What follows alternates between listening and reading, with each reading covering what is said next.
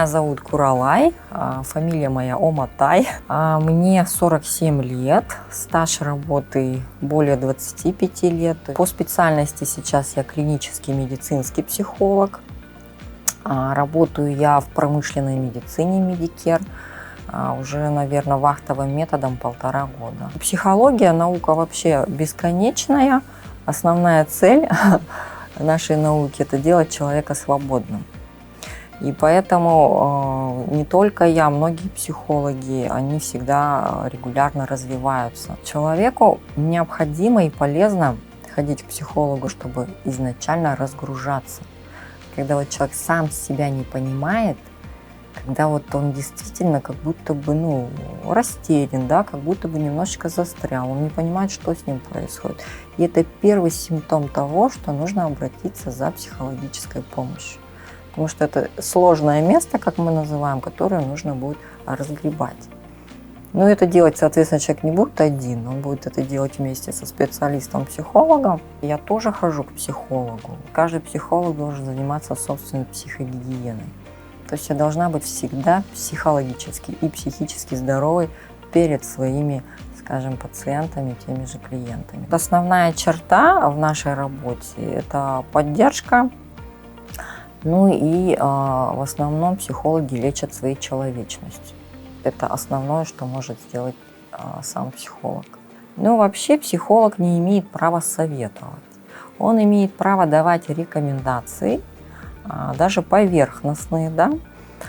Ведь на самом деле человек, исследуя себя, сам принимает решение, как он будет жить дальше. В разрешение даже своей, скажем, трудности, да, с которой он обратился. Поэтому задача любого психолога – направлять человека в нужное здоровое русло. Основная задача психолога на вахте – это оказывать психологическую поддержку тем сотрудникам, которые находятся на сайте. Я хочу сказать, что мы все невротики, поэтому и ходят к психологу, чтобы эти неврозы наши не превратились, например, в какие-либо синдромы, да, как ПТСР. Да, вот. Многие люди это знают. Панические атаки, например. Повышенная, скажем, стрессовая тревожность у людей часто наблюдается. Какие-то травматические события, с которыми люди не справляются. Да? Это и есть наша сфера деятельности, с чем мы вообще работаем. И, соответственно, здесь можно сказать, что запросы бывают очень разные. То есть элементарно, если человек приходит к психологу высказаться, выговориться, пожаловаться, скажем так, на свою жизнь, да, вот даже в этом контексте мы можем выбрать, с чем мы можем дальше работать. На самом деле человек приходит к психологу для того, чтобы себя исследовать. Вот у нас у всех же бывает такое как будто бы зауженное осознание, а мы вместе с нашим, скажем, пациентом или клиентом, как мы называем, это его осознание расширяем. Потому что большинство, понятно, люди иллюзорно размышляют, да, иногда наращивают, скажем, некоторые эмоции, чувства такие, как тревога, страх, да, которые нам мешают вообще развиваться. И, соответственно, мы должны понимать подлинную причину ее рождения. Откуда она у нас вообще появилась? Поэтому психологическая помощь, она всегда терапевтична для любого человека. Сейчас людей больше обращаются за психологической помощью, потому что даже встречаются люди, которые на межвахте посещают психолога на платной основе, да, то есть люди действительно занимаются своим психологическим развитием. Иногда даже просто удивляешься, когда они приходят на прием и говорят: а вот у меня прокрастинация. Я говорю: откуда вы про это знаете? Это одна из стадий выгорания. Говорит, в интернете поизучал. То есть людям действительно любопытно сейчас, что с ними происходит на самом деле. И у них появляется интерес, вообще к собственной жизни, к собственным интересам, и к своей личности. Поэтому все-таки, когда психолог существует в коллективе или в любой компании, люди еще приобретают некую такую психологическую грамотность. С любым человеком, который приходит на прием к психологу, мы составляем договор.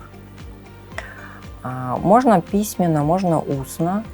И вообще существует этика психолога, где обязательно основное важное правило – это соблюдение конфиденциальности. То есть мы с человеком договариваемся заранее, что та информация, с которой он со мной делится, что за пределы меня и той комнаты, в которой мы работаем даже, да, эта информация никуда не уходит. Сам человек имеет делиться этой информацией с кем угодно, да, на свое усмотрение, потому что это его личное. Ну а я как специалист не имею права вообще заниматься рассказыванием, распространением данной информации. То есть это конфиденциальность, и мы должны ее соблюдать. А есть такое понятие, как выгорание. Если у нас стресс на стресс всегда накладывается, то, соответственно, у нас оно и будет происходить и не только на работе, но и в личной жизни самого человека. Ну и понятно, что это выгорание, оно будет отвлекать человека вообще от нормального, здорового образа жизни.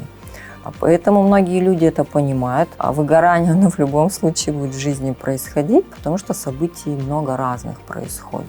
Мы же не можем запретить себе двигаться дальше или не жить, например, что в любом случае мы всегда будем об что-то раниться. И, соответственно, человеку-психолога учится вот этим навыкам, как с этим управлять. То есть мы учимся действительно контролировать свои чувства, управлять своим состоянием, когда что-то происходит. Ну и вот здесь и образуется вот этот вот баланс, как золотая середина, как мы ее называем. У нас вот это называется баланс фрустрации и поддержки. Чтобы действительно. Потому что если человек, например, сам поддерживающий по природе, бывают же спасатели, да, но не принимает со стороны помощь других людей, у него образуется невротическое сопротивление. Это вот дисбаланс, пожалуйста, да. А мы стремимся к золотой середине, когда это должно быть 50 на 50. То есть сколько я беру, столько отдаю, например. Да? Это здоровье, это норма, это то, к чему мы всегда стремимся. Или же наоборот, я ничего не даю, а наоборот беру. Это тоже невротическое сопротивление. А наша задача научить человека, пожалуйста, соблюдать этот здоровый баланс. И, соответственно, он будет себя чувствовать очень даже ничего. Спорт считается как здоровая агрессия. Вот когда человек не может, он четко ощущает, что он агрессирует, например, да, у него, допустим, высокий уровень раздражения, гнева, вот этих вот эмоций, то спорт считается у нас здоровым выходом агрессии. Поэтому мы его рекомендуем. Даже сами занимаемся, потому что понимаем его пользу. Это не единственный путь.